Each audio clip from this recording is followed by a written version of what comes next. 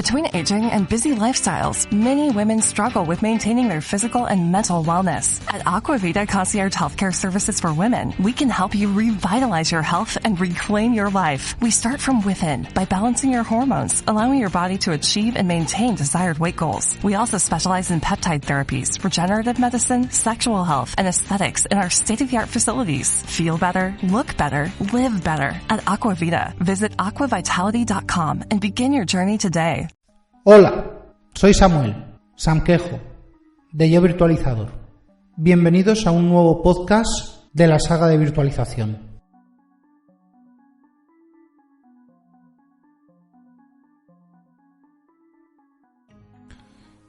Hola, puesto que dentro de poco vamos a meternos con temas más avanzados, vamos a repasar un poquito de teoría que la tengo muy abandonada.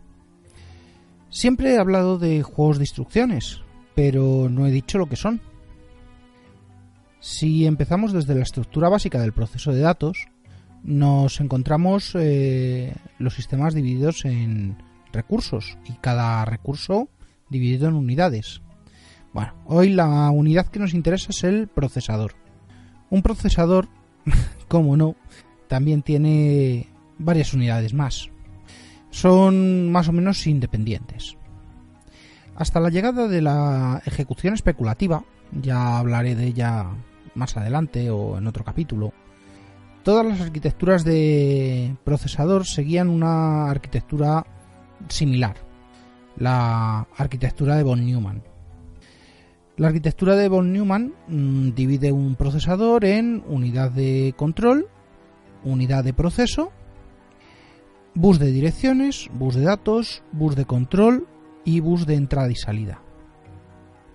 Según esto, tendríamos en la unidad de control que organiza los flujos, bueno, el flujo, porque cuando se pensó esto, el multiproceso estaba sinceramente un poquito lejos.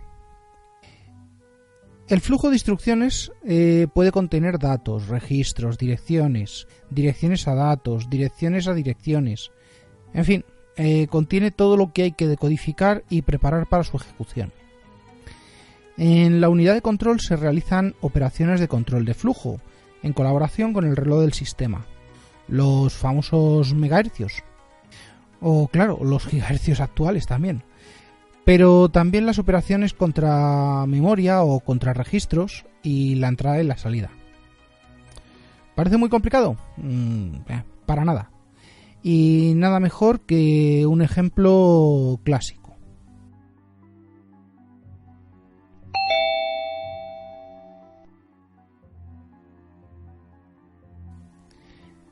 En arquitectura 8086 existe, vamos a coger una así a voleo, la instrucción 90H del procesador. La H es de hexadecimal, la cual crea ciclos de CPU de espera. Es un ejemplo claro de una instrucción de control. En 64 bits de AMD64, esto se traduce a XCHG, EAX, EAX. Bien. ¿Es lo mismo? Sí, es lo mismo. Es lo mismo crear un ciclo de espera de lo que tarde la ejecución de la 90H, que varía en función del procesador que lo ejecuta, o un intercambio de un registro con el valor de ese mismo registro. Pues sí, es lo mismo. Para los que programáis en interpretado, hay muchas primitivas que lo hacen. Lo mismo para C, para Pascal, para Fortran. Así que sí, es algo que se usa, aunque luego los optimizadores de código puede que se lo cepillen. No hace falta que diga las grandes utilidades que puede tener este código. También he hablado del control de flujo de datos, como la extracción de datos del segmento de código. No voy a tocar demasiado el tema de los segmentos y tal, es algo demasiado extenso para hoy y creo que ya me estoy extendiendo. Pero es para que sepáis que, si bien ya es cada vez menos habitual, puede existir código que contenga datos a fuego. dentro del código, como por ejemplo valores de dirección física de un dispositivo o valores predeterminados. Esto es así porque una dirección de arranque de la memoria VGA estándar en 8086 o fuera del modo protegido virtual 86 es el 0 por A000 y ocupa 64K. Bueno, realmente ocupa 256K. Son 4 páginas de 64K. Como podéis deducir, el 0 por también indica que lo que viene detrás es un número hexadecimal. Bueno, ¿dónde pasa esto? Bueno, pues esto es habitual en software de sistema y software de bajo nivel y controladores. No me meto más, que los siguientes son direcciones o direcciones a direcciones. Bueno, sí, los famosos punteros ya existían antes de C. Todo esto vamos a dejarlo para otro día. Solo es una pequeña descripción más del resto de la arquitectura de von Neumann. ¿Qué tiempo habrá para hacer un podcast dedicado a todos estos temas? A lo grande. Sobre los buses poco puedo decir. Ya hablaré de tamaños, especificaciones, implementaciones y cuando pueda, pues haré un podcast sobre este tema. Y falta la ALU, la UAL, o unidad de cálculo, o unidad aritmético-lógica, o llamadlo como queráis. Tiene 1000 nombres. La unidad aritmético-lógica es la calculadora de la unidad de proceso, la calculadora del procesador. Este componente siempre fue el caballo de batalla de los procesadores hasta que se decidió incorporar dentro del propio procesador pues las funciones avanzadas del coprocesador matemático. También dedicaremos un espacio a esto porque se lo merece. Para nosotros ahora mismo es la unidad de cálculo, los registros, las puertas lógicas lo que nos interesa. Ya entraré en más detalle más adelante.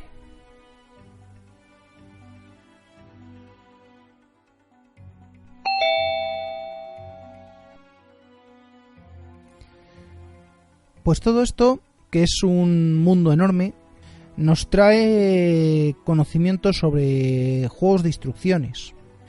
Vamos a poner un poco de luz sobre la historia y lo que debemos buscar y encontrar. Existen varias especificaciones que responden al diseño de lenguaje máquina que implementa cada tipo y versión del procesador. Nos vamos a centrar en la que es la arquitectura más común, la CISC de los procesadores 8086, de los procesadores x86. Por cierto, salvo que diga lo contrario o fuerce otra cosa, x86 hace referencia a todo el código máquina del 8086 en adelante, hasta los más ultramodernos y avanzados procesadores, incluidos los de 64 o los de servidor. Esto es por acortar nada más. Vale, es cierto que hay mucha lana que cortar en esto. Voy a descartar de este capítulo, que ya habrá tiempo, los juegos de instrucciones de 16 y 32 bits. Si nombro algo, pues será así de pasada, simplemente por conocimiento. Siguen estando presentes, pero me voy a centrar en las actuales especificaciones de x86-64, o mejor dicho, por su nombre original, AMD 64. Y es que el primer fabricante que alcanzó los 64 bits sobre arquitectura x86 con éxito fue AMD, y las lenguas largas hablaron mucho, puesto que Intel andaba ya con las suyas, y bueno, como alguien en Intel compró una licencia del juego de instrucciones de AMD, pues todo acabó más o menos bien.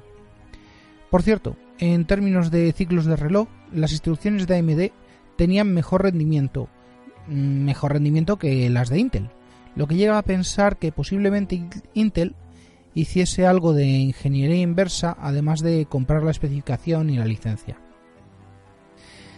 Bueno, estas licencias eran muy muy habituales en otra época y en otras gamas, y fue una gran fuente de fondos para Intel. Ya lo tocaremos en otro podcast. Bueno, estamos hablando de 2003 o 2004 y los sistemas de Microsoft y otros ya andaban escasos de RAM. 4 GB de RAM en Windows 2000 o en el recién nacido XP y 2003 pueden resultar cortos para ciertas aplicaciones.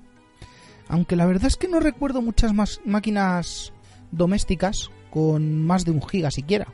De hecho, mi primer XP pudiera ser que rondase los 256 de RAM. Sí, pudiera ser. Pero bueno, la necesidad de superar el límite físico de los 4 GB aportados por las arquitecturas de 32 bits fue achuchando a las mentes, y los primeros intentos fueron por software, intentando emular a los antiguos DOS extenders y demás especificaciones de 15 años atrás. Llegó la idea de usar el PAE, el Physical Address Extension, para llegar a 64 GB por punteros y paginación, pero en realidad no vi implementaciones de más de 8 GB. También se trabajó en otro sentido. Se trabajó con el modo 3+1, 3 GB para datos y 1 GB para programa o sistema, en lugar del 2+2 habitual que sigue imperando a día de hoy. Y bueno, esto permitió almacenar en memoria cosas más grandes. Los beneficiarios, pues los de siempre: SQL, Exchange, Notes, los grandes de siempre. En Linux, bueno, los kernel PAE hicieron de las suyas, y también fue un avance, pero creo que también fue un freno, puesto que el modo PAE de Linux funciona tan sumamente bien que hacía innecesario cambiar la distribución a una de 64 bits. Por eso, incluso a día de hoy, sigo encontrándome alguna distribución de 32 bits con PAE funcionando en máquinas de 32 de RAM y 8 procesadores, cosas así. Bueno, por lo demás, hay otras dos arquitecturas de 64 bits que merecen la pena. No son la EM64T, que acabó renombrada como Intel 64. Bueno, y la diferencia entre Intel 64 y AMD 64 se halla en la instrucción CMP XCHG16B. Bueno, esto es para comparar e intercambiar registros de 16 bits. Bueno, también hay diferencias en el tratamiento del bit NX o XD según el fabricante, y sobre todo en la degradación del rendimiento del par de instrucciones LAHF y SAHF, que son para hacer rotaciones. Una rotación de bits permite realizar, sin recurrir a la unidad aritmético lógica, multiplicaciones y divisiones. Bueno, a lo que iba. En paralelo a esto tenemos las arquitecturas de Intel Itanium, derivada de Alpha y de Digital, de DEC, quienes ya tenían arquitecturas de 64 bits para Unix en 1995. Y claro está, el ultramoderno y super eficiente ARM64, el cual solo se implementa en especificaciones ARM v8, ¿vale? Y sus superiores. Vamos, que lo que vienen a ser 3 o 4 años del mercado. Para que os hagáis una idea, la Raspberry 2 es de 32 bits y la 3 es de 64 bits. ¿Vale? Un móvil Android con Cortex A9 o A15 son de 32 bits y un A17, A50 y lo que sea es ya de 64.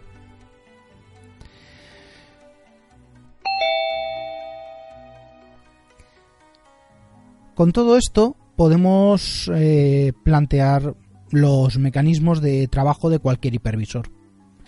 Con todo lo que he contado antes, de el código, la infraestructura, el juego de instrucciones, quería venir hasta aquí, ¿vale? Porque por lo general vamos a tener a los hipervisores de host, los de tipo 1 como SX, Hyper-V, Xen, los vamos a tener ejecutándose de forma nativa en el modo largo de 64 bits, lo cual permitirá una flexibilidad total en el aprovechamiento de la memoria y del entorno. De esta manera, cualquier máquina virtual alojada, en principio, va a ejecutarse en modo de compatibilidad de 64 bits, lo que hará que no sea necesario tocar absolutamente nada. Se ejecutará como si una máquina física se tratase. A su vez, el hipervisor podrá ejecutar cualquier combinación en modo herencia, ya sea el modo protegido del que hablé al principio para 32 bits puros, el virtual 8086 o el modo real para sistemas más antiguos, para sistemas de 16 bits. En todos estos casos, la ejecución será directa contra el procesador, y siempre y cuando el sistema de la máquina virtual sea capaz de entenderse con el procesador. Un ejemplo lo tenemos en OS 2 versión 2.0.1 sobre Hyper-V en un procesador superior a Prescott. Bueno, vamos a ver, quiero creer que es eso, que mi copia no estaba defectuosa porque ha funcionado. Bueno, también sucede pues que hay cuelgues aleatorios cuando una máquina con MS2 6.2, 6.22 y Windows 3.11 sobre procesadores i5 y i7.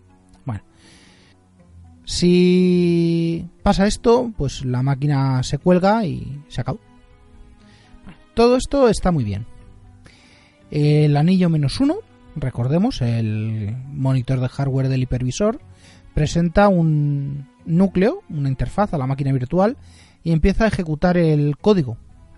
Primero la BIOS, ¿vale?, que buscará el sector de arranque, que cargará el monitor del sistema operativo que le toque, y cargará el kernel del sistema, y ahí ya, de ahí, el resto. Y todo esto va a funcionar o no, y ahí pueden pasar dos cosas. Que el sistema alojado quiera cambiar el modo de funcionamiento de la CPU, que puede hacerlo, y siempre podrá ir hacia abajo. Quiero decir que puede empezar en modo compatibilidad de 64 y cambiar a 32 bits. Lo que no puede hacer es empezar en modo real y cambiar a protegido, o empezar en modo protegido y cambiar a virtual 86. También puede pasar que el sistema alojado quiera tomar control del hardware y postularse como un anillo -1 de su máquina, lo cual provocará en muchos casos que la CPU entre en modo apagado. De esto ya tocará hablar en su momento sobre otros tipos de virtualización,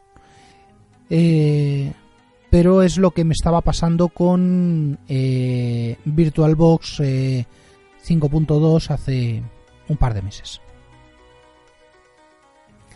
Bueno, la ejecución directa de instrucciones requiere que el hipervisor realice una última intervención, y es tamizar todo este código a ejecutar. ¿Qué va a hacer el hipervisor? Pues va a impedir que el procesador asignado se muestre en todo su esplendor hacia el sistema operativo virtual, ya sea limitando juegos de instrucciones, tamaños de registros, banderas, o que la máquina virtual no entienda o que pueda traer problemas.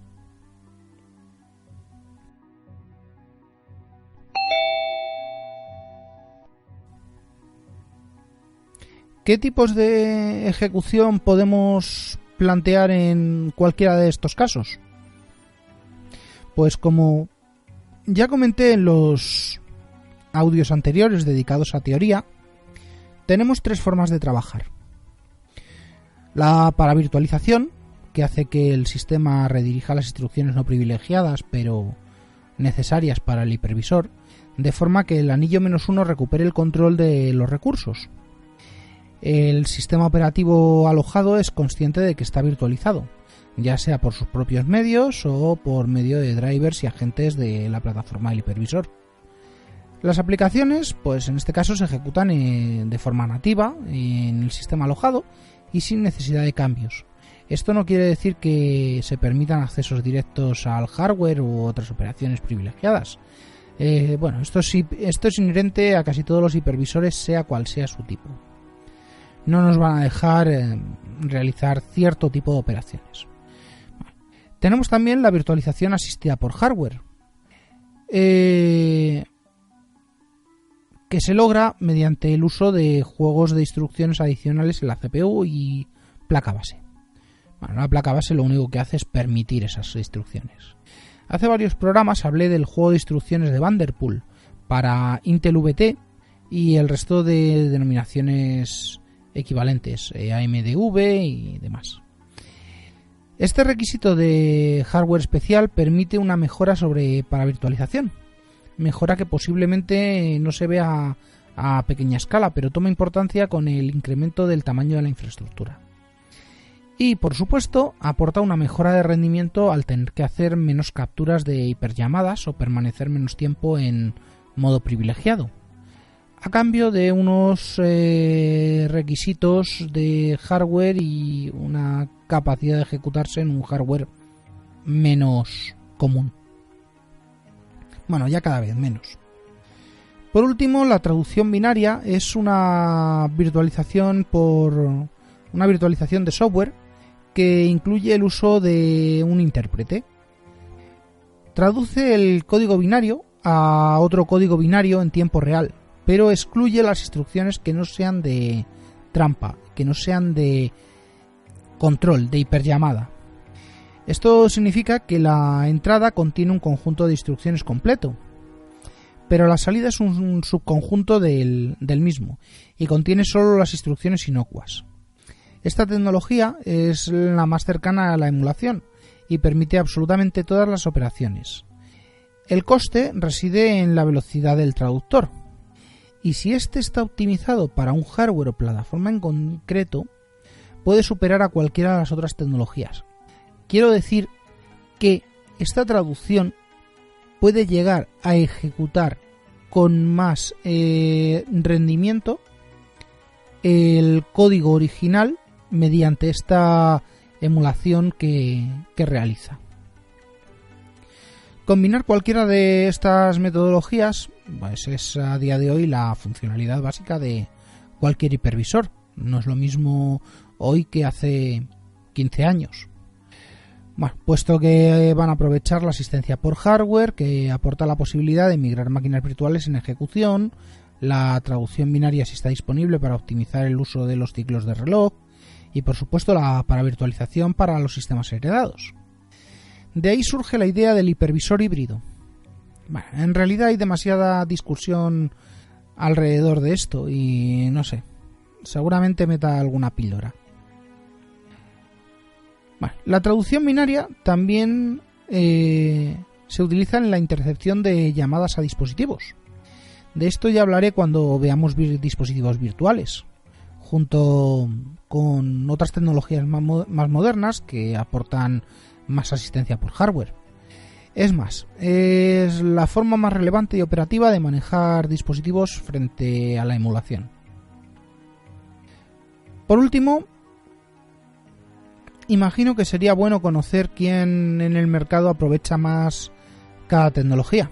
Bueno, esto es medianamente fácil o medianamente difícil, sobre todo si a Gartner y sus cuadrantes mágicos se empeñan en cambiar los patrones de forma aleatoria. Pero bueno, por experiencia casi siempre vamos a tener a VMware SXI como punta de lanza, con su traducción binaria asistida por las otras dos tecnologías. Xen con su paravirtualización como tecnología más relevante y XCP-NG, su heredero de la comunidad, que mejora con la virtualización asistida por hardware al propio Xen. Y por último a KVM con virtualización asistida por hardware como modo principal, asistido por la virtualización, con paravirtualización o traducción binaria como ayuda según la necesidad.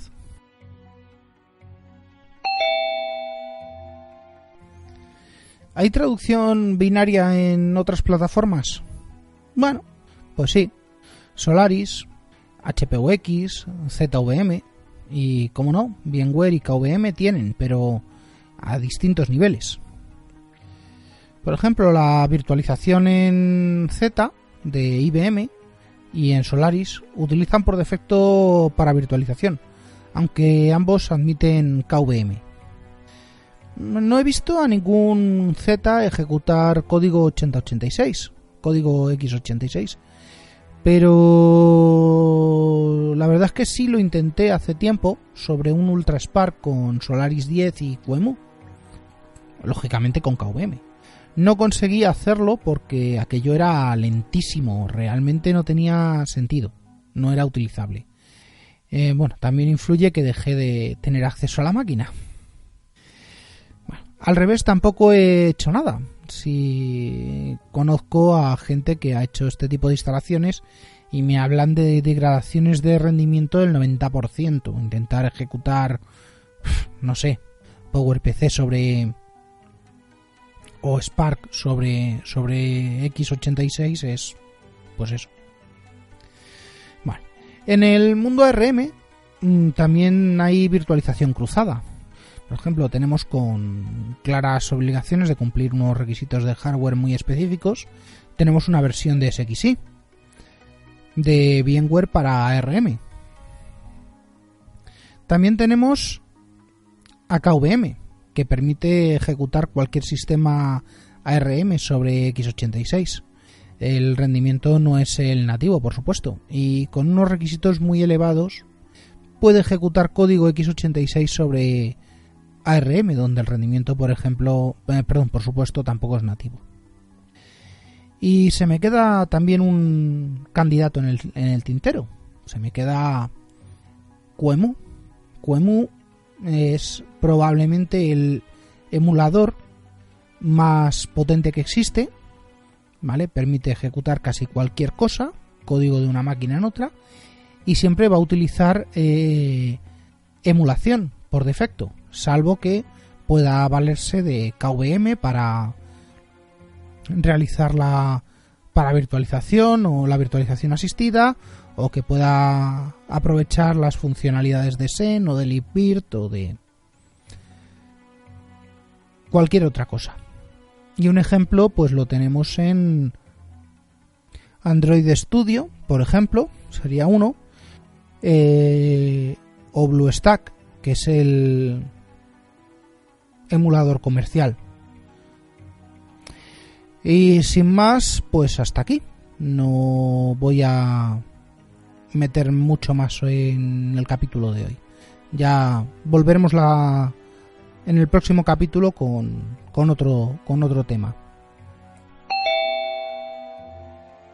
Este podcast está asociado a la red de sospechosos habituales, a la que podéis uniros en la dirección bit.ly/sospechosos habituales. También podéis contactar conmigo en el Slack de WinTablet, en Telegram, a través del canal Grupo Virtualizador, o por Twitter en @yovirtualizador.